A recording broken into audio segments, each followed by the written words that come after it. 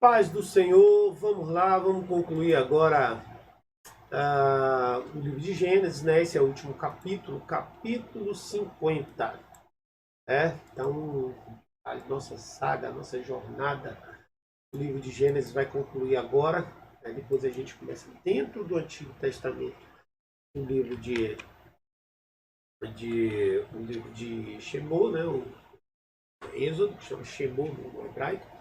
E se você quiser, também você já pode ir lá, que já tem muita coisa do Novo Testamento também, já tem o livro de Mateus, já tem mais da metade já gravado.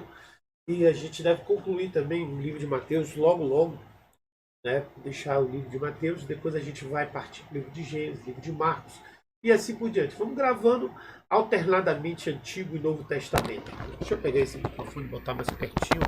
Não sei se a voz ficou mais baixa, se não ficou agora vai ficar melhor para você me entender. Mas vamos lá então. Gênesis 50, e aí já entra uma nova letra, é a letra Nun, que representa o 50, né? Então não tem nada depois, ele já é o 50, Nun Bereshit, e a gente agora vai continuar a leitura, que diz assim o texto. Então José se lançou sobre o rosto de seu pai, chorou sobre ele e o beijou. E José ordenou a seus servos, os médicos, que embalsamassem seu pai. Os médicos embalsamaram seu pai e cumpriram-se-lhe 40 dias, porque assim se cumprem os dias daqueles que se embalsamam.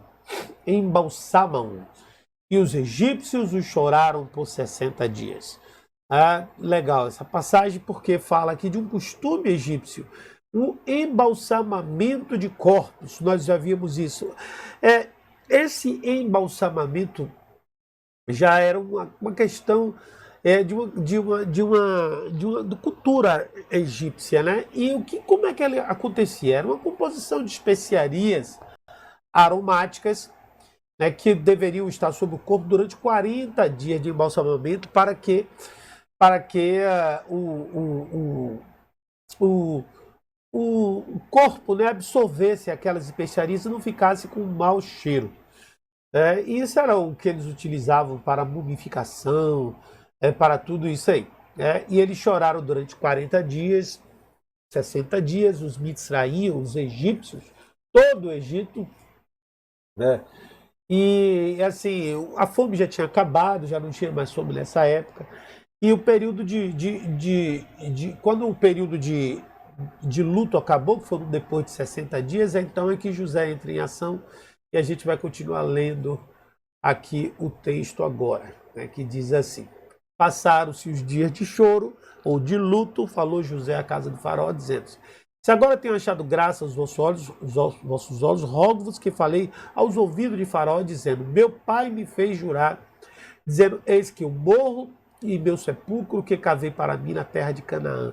Ali me sepultarás. Agora, pois, peço-te que eu suba para que eu sepulte meu pai e então voltarei. Então, ali o respeito de José foi muito grande. Então, ele foi pedir autorização ao rei. Apesar de todo o poder que ele tinha, ele manteve essa ordem.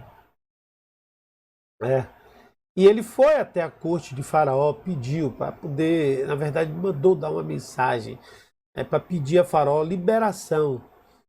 E Faraó, a partir dali do capítulo 6, versículo 6, perdão, a gente leu até o 5, a partir do 6, então Faraó dá o seu veredito e diz: Faraó, se sobe e sepulta o teu pai com ele, como ele te fez jurar. E José subiu, foi sepultar o seu pai, subiram com ele todos os servos de Faraó, os anciãos da sua casa e todos os anciãos da terra do Egito, como também toda a casa de José e seus irmãos e a casa de seu pai. Somente deixaram na terra de Gósen os seus meninos, as suas ovelhas e as suas vacas. E subiram também com ele tanto carros como gente, cavalo. O cortejo foi grandíssimo, né? Isso aqui é uma honra participar do sepultamento de Israel, de Jacó, o grande homem de Deus.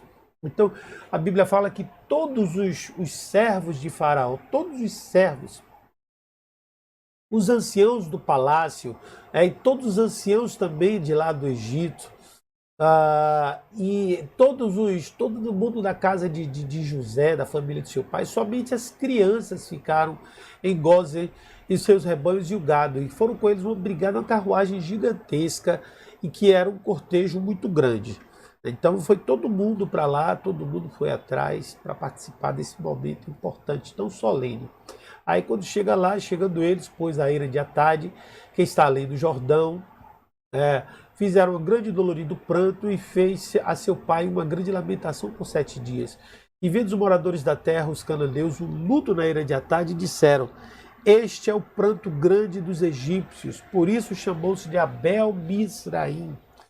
É pranto de Mizraim, pranto do Egito, que está além do Jordão, e fizeram-lhe ali os seus filhos, e assim como lhes ordenara. Né? Então a gente aprendeu duas coisas aí, já que eu vou falar daqui a pouco sobre essas duas coisas.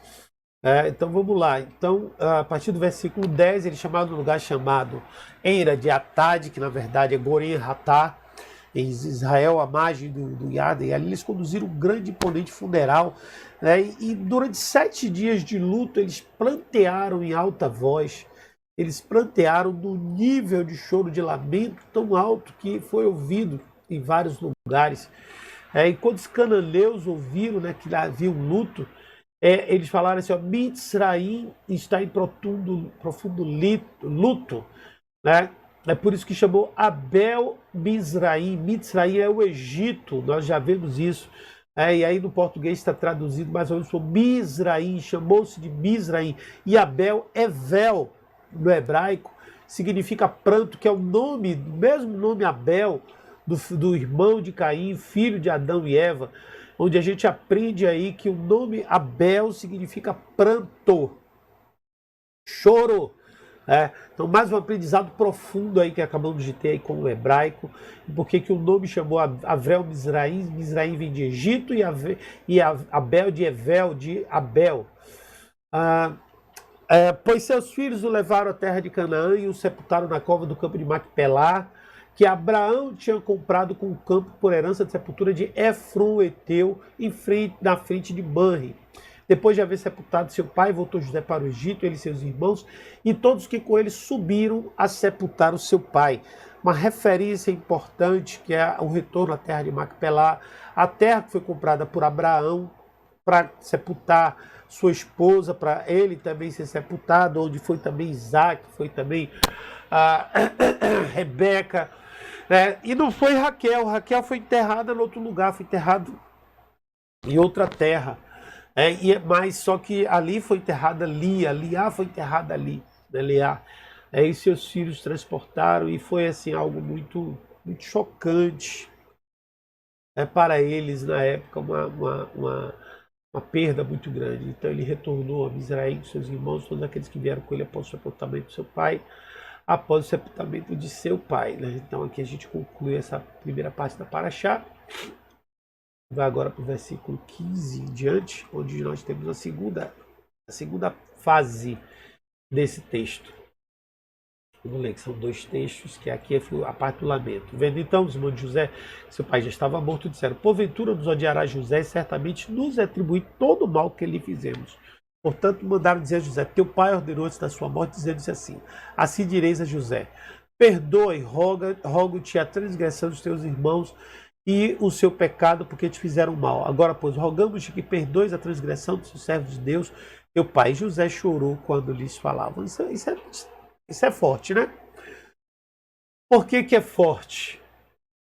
Por que é forte? Porque, veja só, ainda havia na mentalidade dos irmãos de José de que José ainda os odiasse.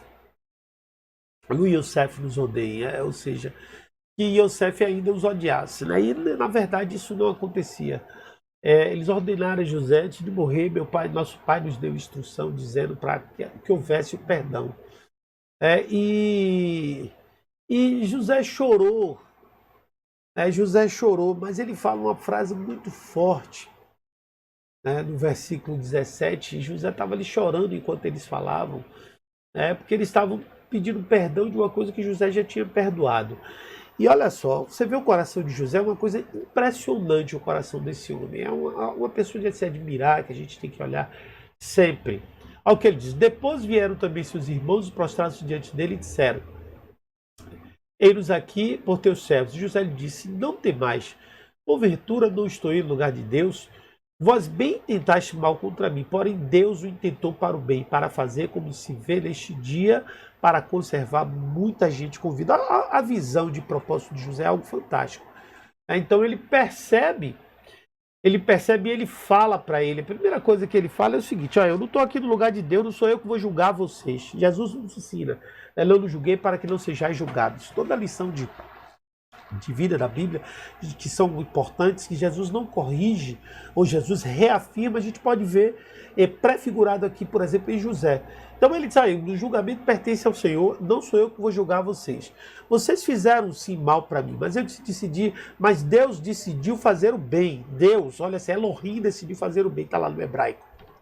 Para que as coisas que chegassem à situação que estão hoje e manter muita gente viva de uma grande nação, manter a vida de uma grande nação. Que grande nação era essa? O Egito, talvez até ele estivesse falando disso, mas na verdade Deus estava focando a sua visão em Israel. Essa grande nação era Israel. E Deus tinha colocado José lá justamente para isso. Toda a situação, todo o mal aconteceu com José para que esse bem fosse feito.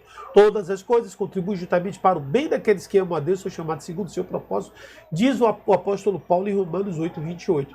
Então a gente precisa entender isso. Versículo 21 a 23 diz assim: agora, pois, não tem mais que eu vos sustentareis a vós e a vossos filhos, e assim os consolou e falou segundo o coração deles. José, pois, habitou no Egito, ele e a casa do seu pai, e viveu José 110 anos. E viu José os filhos de Efraim, da terceira geração, também os filhos de Marqui, filho de Manassés, e nasceram sobre os joelhos de José. Então aqui está mais um trecho interessante sobre a descendência de José, Efraim e Marqui. Ele permaneceu em Israel, Egito, tem que falar certo, que eu leio no hebraico, aí acaba lendo tudo. E Yosef viu os filhos da terceira geração de Efraim, também viu os filhos de Marqui, e o filho de Manassés, que nasceram sobre o joelho dele.